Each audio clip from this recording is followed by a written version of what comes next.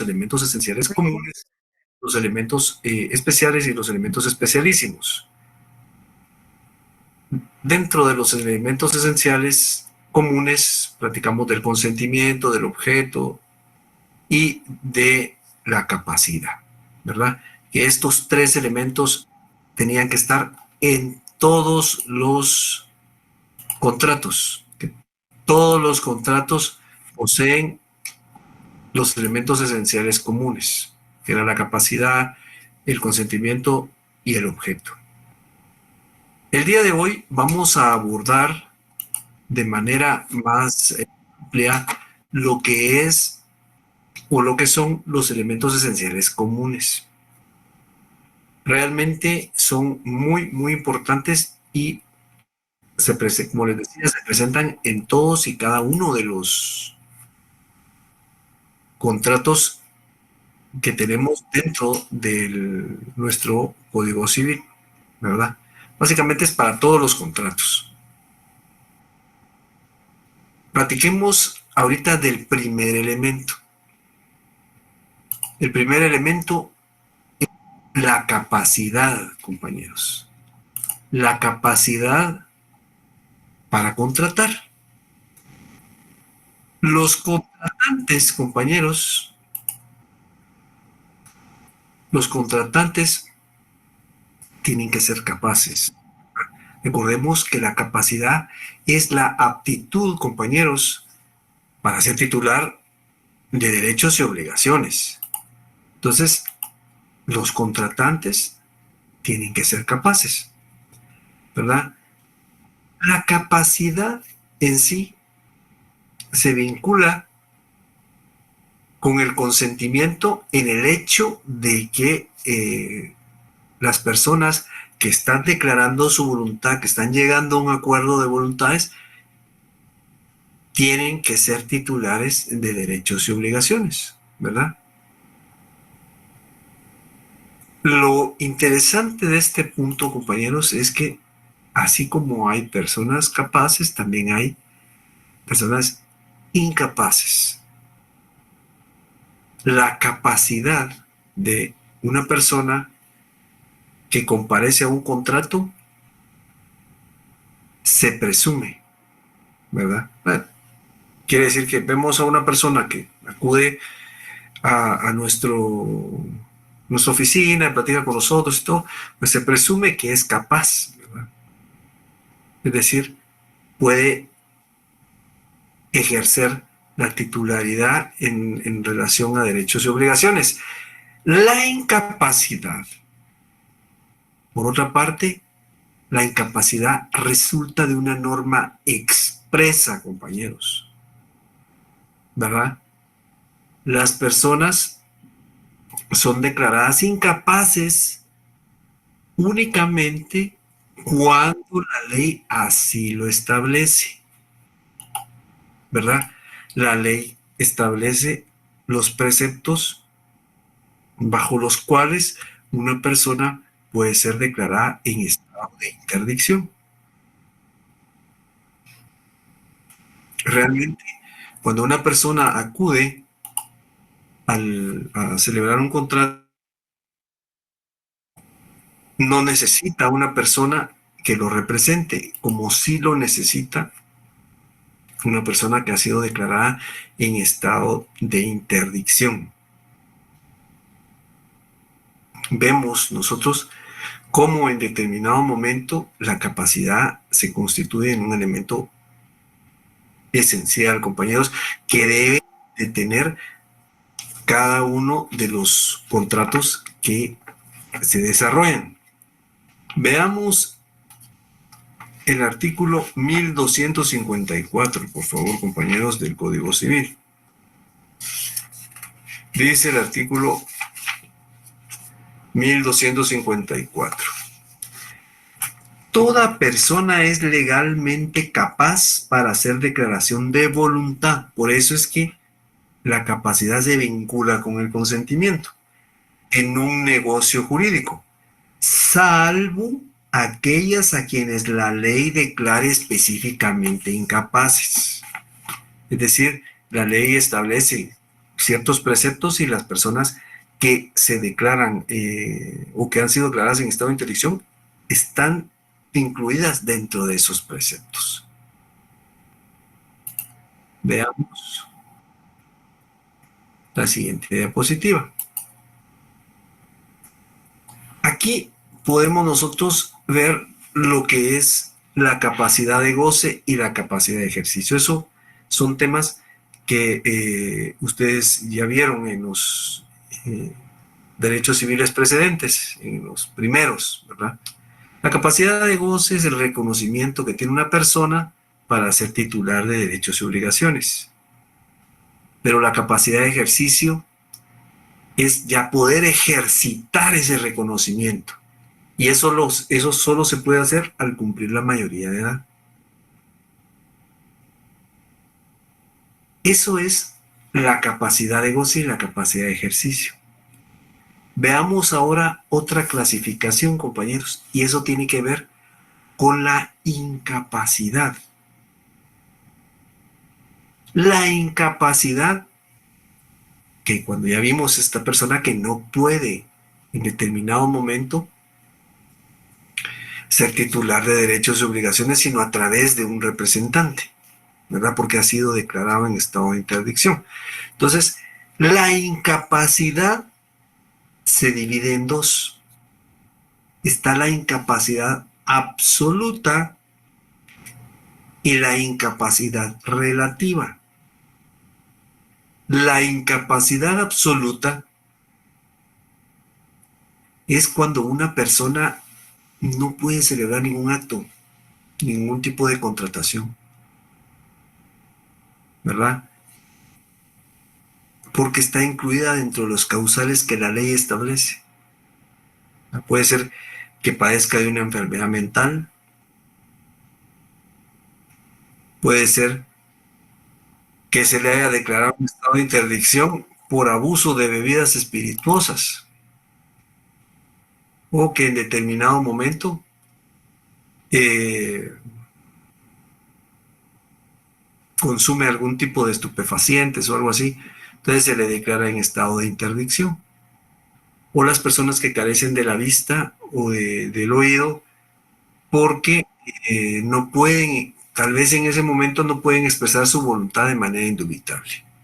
Esto está contenido, compañeros, en los primeros artículos del Código Civil, del 8 al 14. Entonces ahí podemos ver la incapacidad absoluta. Pero también existe otro tipo de incapacidad, compañeros. Y es la incapacidad relativa, ¿verdad? La incapacidad relativa, dividida en incapacidad singular o particular. ¿Qué significa la incapacidad relativa? Porque la verdad es que en lo que más se aborda al inicio es en la incapacidad, ¿verdad? No se puede celebrar ningún acto, no se puede ser titular de obligaciones y derechos a menos que sea a través de un representante. Pero es para la mayoría de actos, ¿verdad? Que es lo que conocemos, que ya pusimos, que es la incapacidad absoluta. Hasta la incapacidad relativa. La incapacidad relativa, compañeros, singular o particular, pues subdivisión, es cuando hay incapacidad, pero para un determinado, no para todo lo demás. Es una persona es incapaz para realizar un acto nada más. Todo lo demás lo puede desarrollar.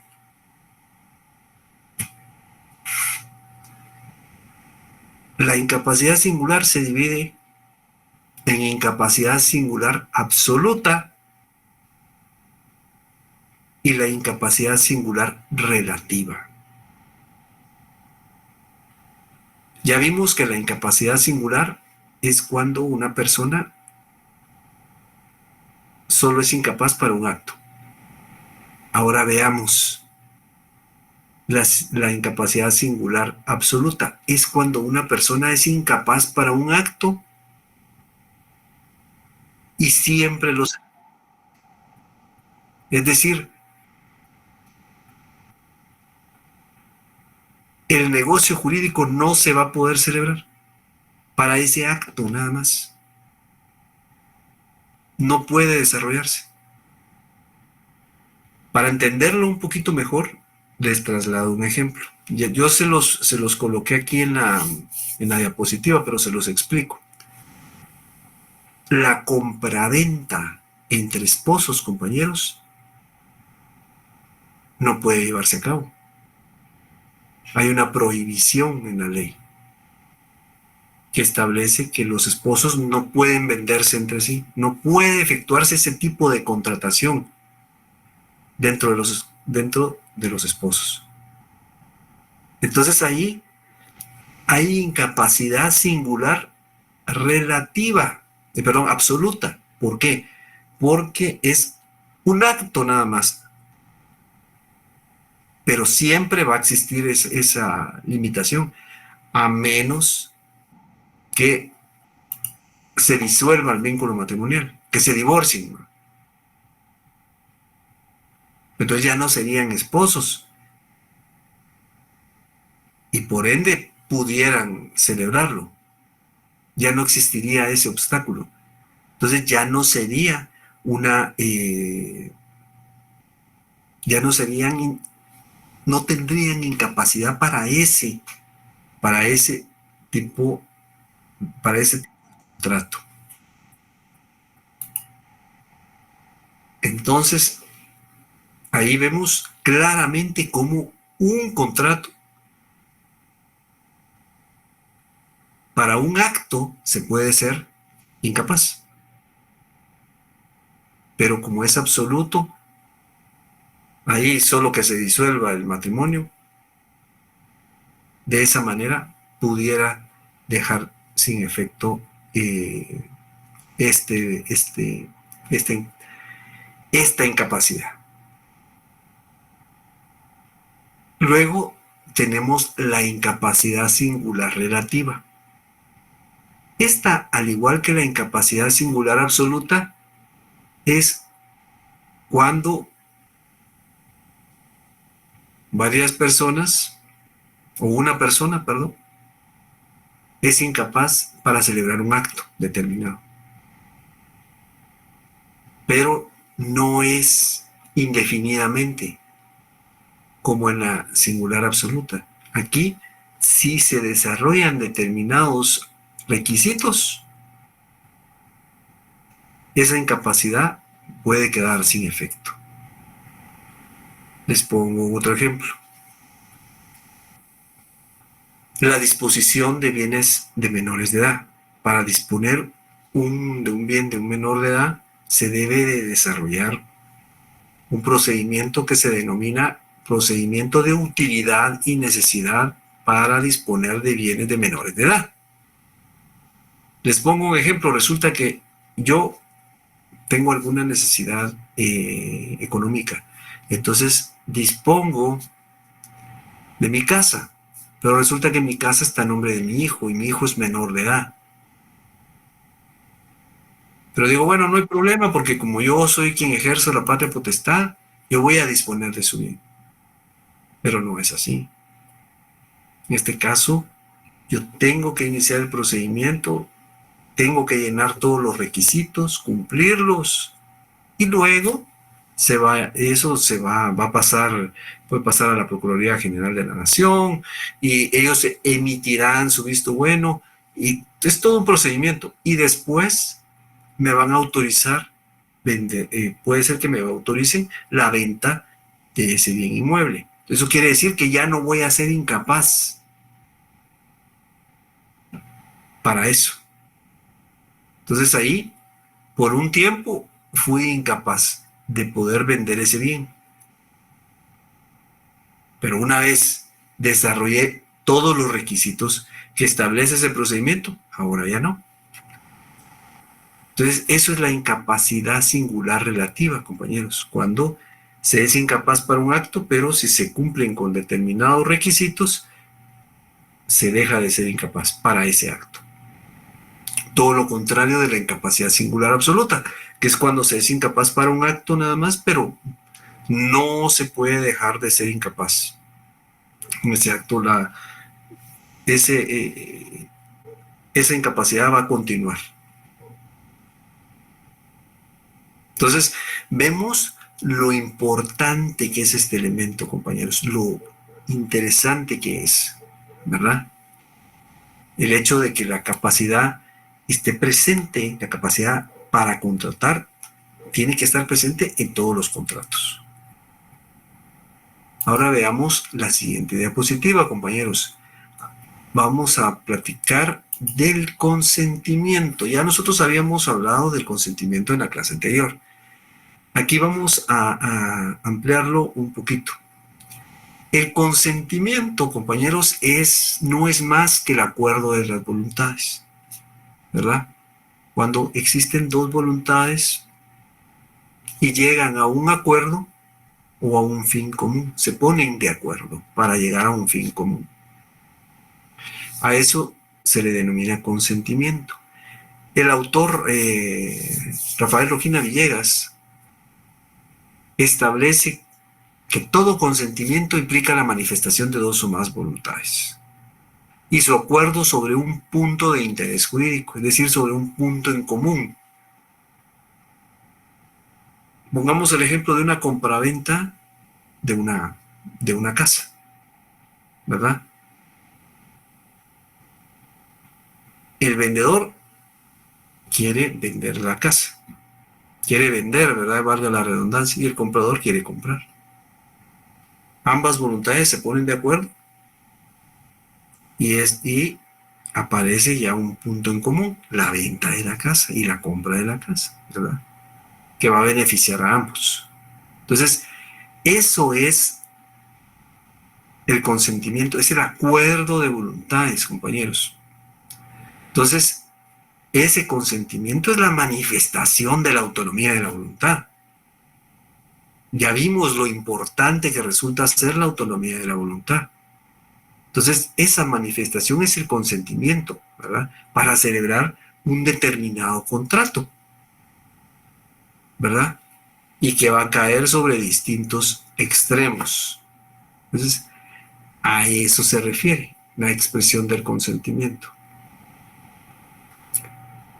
Derivado de esto, compañeros, del consentimiento como tal, existen dos figuras que se les denomina voluntad expresa y voluntad tácita. La voluntad expresa es cuando los contratantes expresan de manera indubitable su voluntad, de manera expresa, ¿verdad?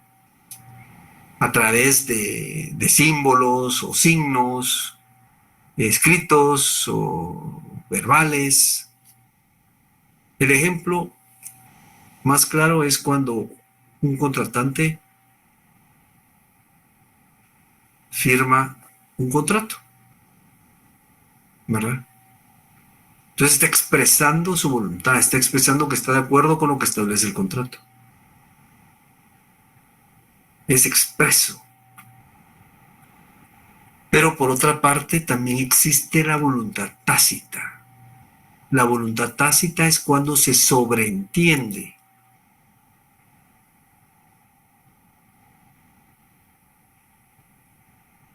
Cuando se sobreentiende. Se sobreentiende que estoy de acuerdo o no estoy de acuerdo con algo. Les pongo un ejemplo para poder estar un poquito más claro con lo que es la voluntad tácita. Resulta que en determinado momento alquiló una casa. El alquiler es por 5 años. Pero resulta que al cumplirse los 5 años, el dueño de la casa sigue recibiendo la renta y no me pide el bien. Y yo, que estoy alquilando, sigo pagando la casa y el tiempo pasa. Entonces ahí tácitamente, tanto quien alquila como el dueño de la casa expresan su voluntad, aceptan que continúe el arrendamiento, que continúe el alquiler. A eso se denomina voluntad tácita. Se sobreentiende, ¿verdad? Claro, en lo particular, yo en lo particular prefiero que la voluntad se expresa, que no haya motivo para interpretar qué fue lo que quiso decir, sino que expresamente se diga o se establezca. Pero en el caso de la voluntad tácita, no es así y está reconocida por la legislación y en determinado momento se puede presentar. Pero otro ejemplo muy común es en el servicio de los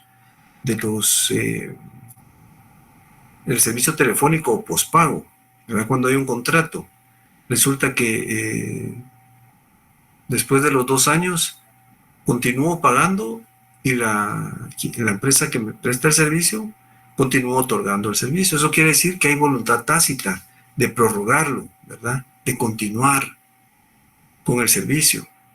Entonces yo sigo pagando y la empresa sigue prestando el servicio y recibiendo el dinero, la renta, ¿verdad? Entonces, eso es la voluntad tácita, compañeros. Tácitamente se acepta, ¿verdad? Se acepta un determinado contrato o la prórroga de un determinado contrato. Fíjense que esto se deriva precisamente del consentimiento, ¿verdad? De ese acuerdo de voluntades.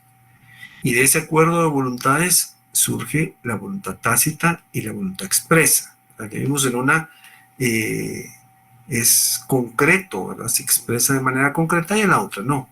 En la otra se sobreentiende. Derivado de esto, se presentan otra serie de figuras.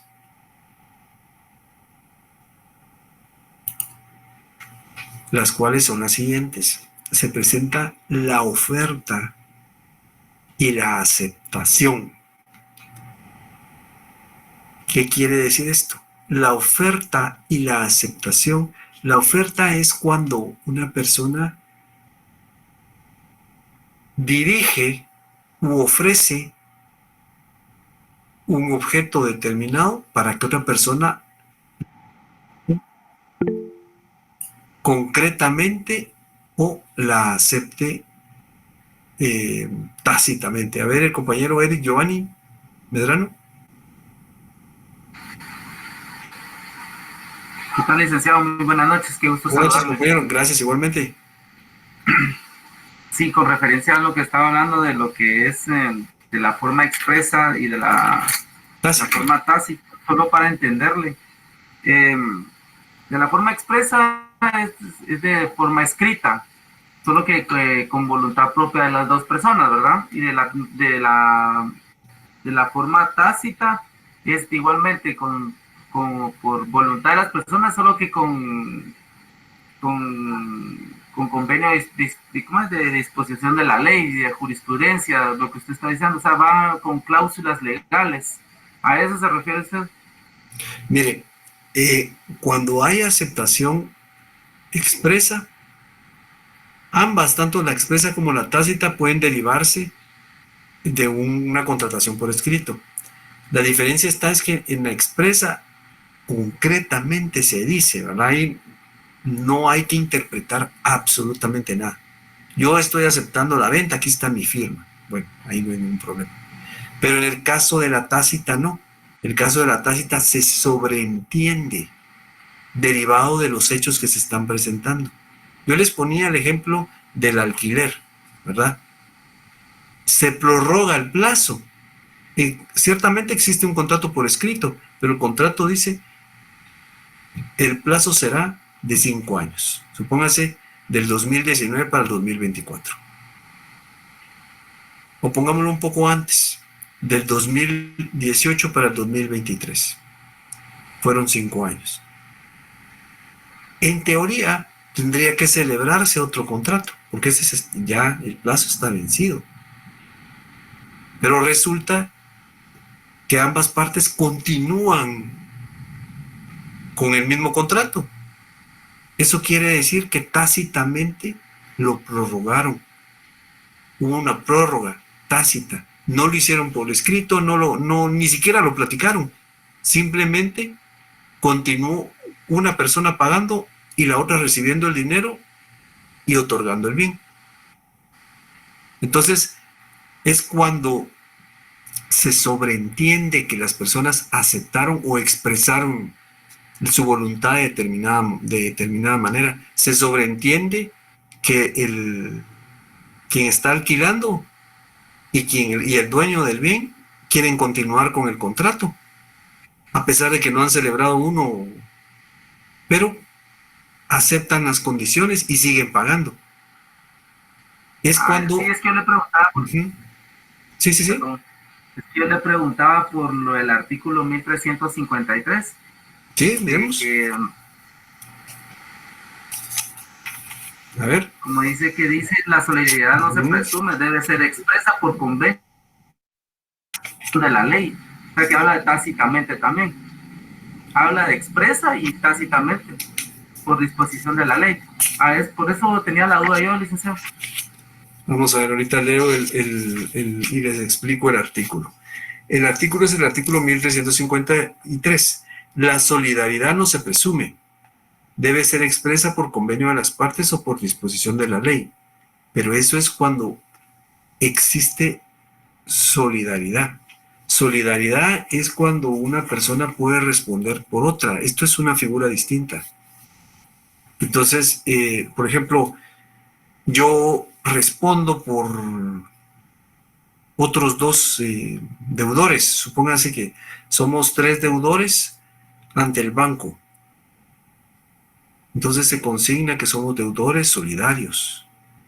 Entonces, cuando somos solidarios quiere decir que estamos vinculados. Entonces el banco me puede decir a mí, usted pague toda la deuda. Después usted podrá solicitarle a cada uno que le paguen lo que usted pagó por ellos. Pero eso, la solidaridad, esa figura, tiene que ver exactamente con las partes porque no se puede presumir, se tiene que plantear de manera expresa esa figura, la solidaridad. En este caso, no estamos hablando de la solidaridad, sino nada más de la voluntad en los contratos. Esto es cuando existe algún tipo de obligación y que se tiene que cumplir. Entonces se tiene que establecer de manera concreta, ¿verdad? Expresamente. En eso sí es muy similar a la voluntad expresa, pero es una figura distinta. No sé si respondí su pregunta. Sí, por supuesto, gracias, licenciado. Sí, es que se me había cruzado eso. Muchas gracias. A la orden. Entonces, derivado de esto, de las voluntades que existen y del consentimiento, entonces surgen dos figuras, la oferta y la aceptación. La oferta es cuando se ofrece en determinado momento un objeto, un servicio, para que otra persona pues, lo acepte, ¿verdad? La oferta tiene que incluir, además de ser expresa, ahí sí es similar a la figura que usted estaba comentando de la solidaridad, además de ser expresa, debe de establecer o debe de incluir algunos requisitos, ¿verdad? Debe ser seria y debe contener los elementos necesarios para que se pueda perfeccionar el contrato, ¿verdad? Plazo, precio, todo eso tiene que estar incluido en la oferta. Y aparte tenemos la aceptación, que es cuando una persona da lo que se le está ofreciendo. ¿Por qué estos elementos van aquí? ¿Por qué estoy hablando de esto en este momento? Porque esto se deriva del consentimiento. Pues prácticamente la oferta y la aceptación son dos declaraciones de voluntad distintas que llegan a un acuerdo, ¿verdad? Es decir, una persona acepta la oferta que le hace otra persona. La aceptación tiene que ser afirmativa, ¿verdad? Y después debe de dirigirse a quien está ofreciendo el servicio o el objeto dentro de los requisitos de la aceptación, los cuales están consignados aquí en la diapositiva. Dicha diapositiva yo se las hice llegar a ustedes, compañeros, para que la tengan ustedes al momento de realizar el estudio correspondiente para los exámenes. porque aquí desarrollo yo lo que son los requisitos que tiene la aceptación, ¿verdad? Y debe de realizarse la aceptación dentro del plazo que la persona que emitió la oferta realiza. Un ejemplo, una persona vende una cuestión o simplemente vamos al supermercado, ¿verdad? Y ahí hay algunas ofertas de bienes.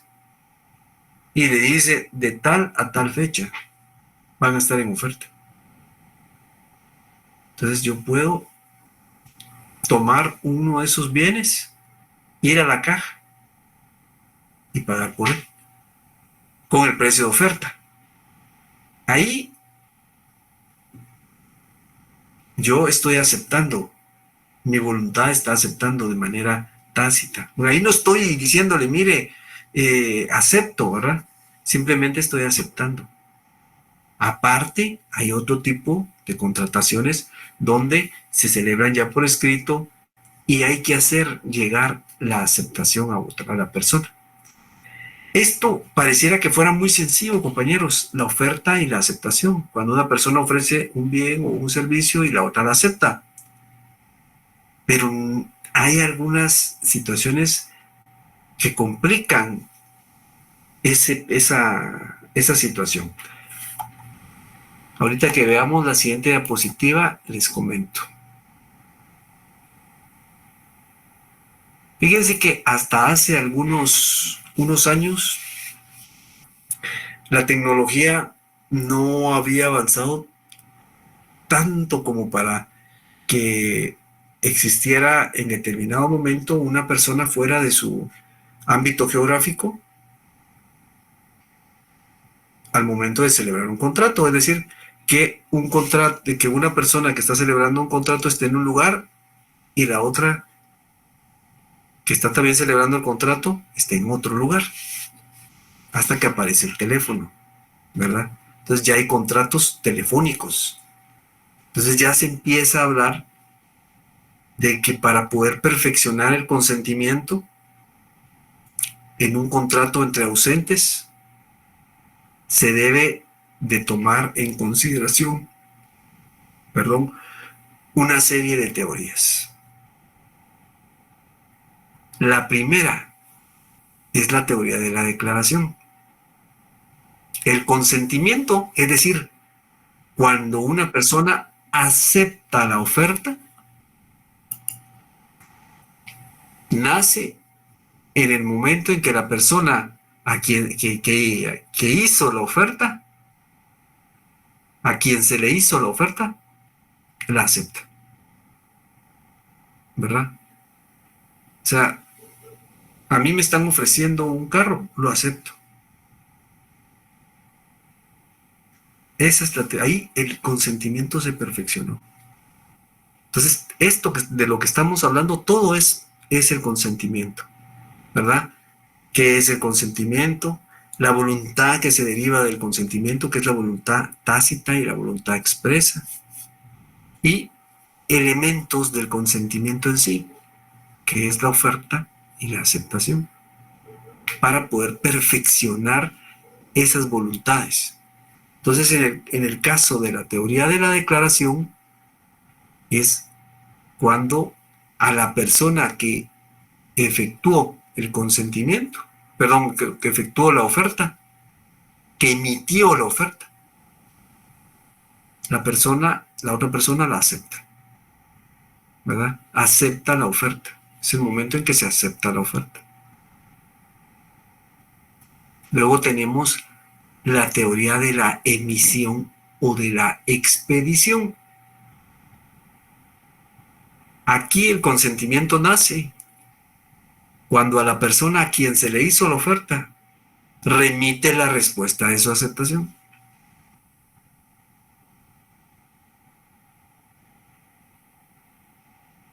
Entonces, esta teoría ha sido señalada porque se establece que si la persona que emitió la oferta, el oferente, no se entera, entonces puede en determinado momento incluso revocar la oferta.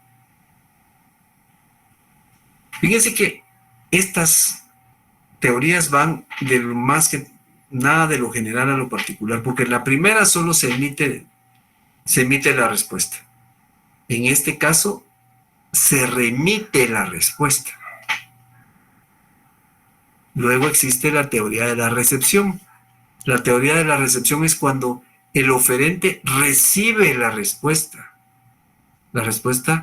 de quien está aceptando, pero no la conoce, solo la recibe. Y por último, tenemos la teoría del conocimiento. La teoría del conocimiento es cuando la persona que emitió la oferta recibe la respuesta de quien aceptó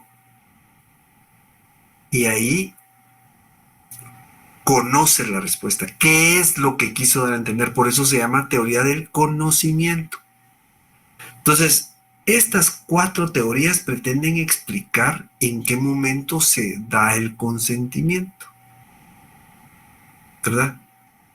En qué momento se perfecciona el consentimiento.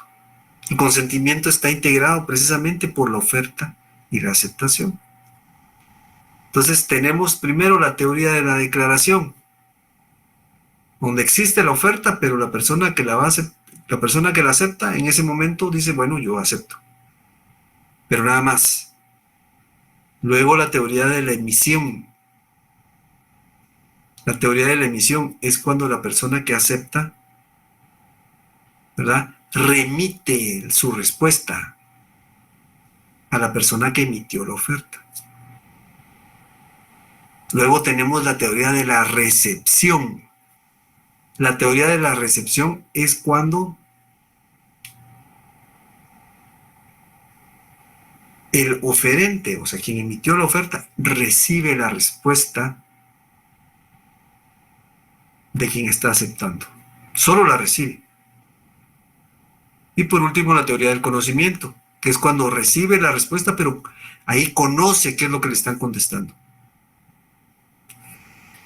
¿Por qué existen estas teorías para poder establecer el consentimiento? Es que fíjense, compañeros, que en la actualidad han existido una serie de problemas para poder establecer concretamente en qué momentos se emitió el consentimiento o se perfeccionó el consentimiento. Hay en la actualidad incluso contratos que se celebran virtualmente. Fíjense que el proceso tecnológico ha sido muy acelerado.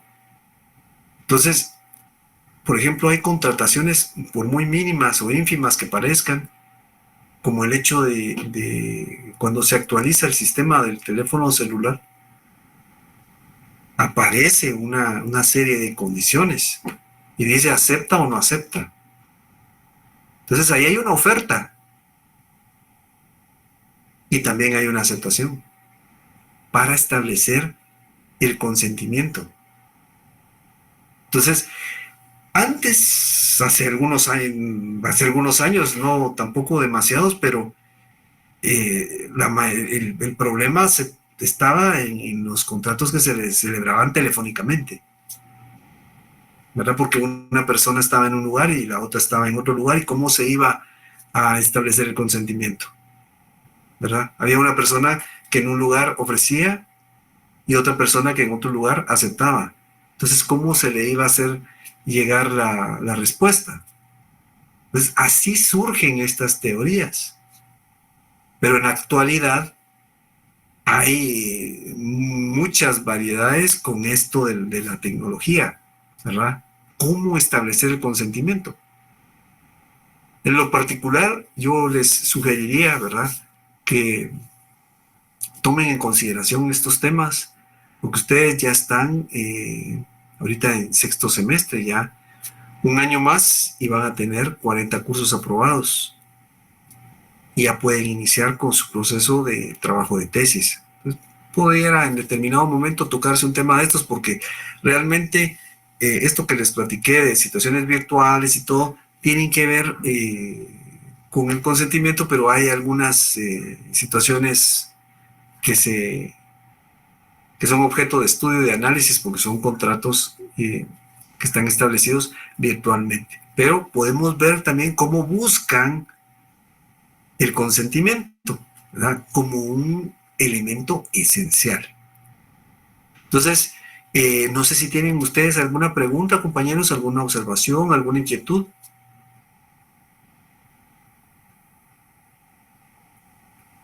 Sobre el tema de hoy.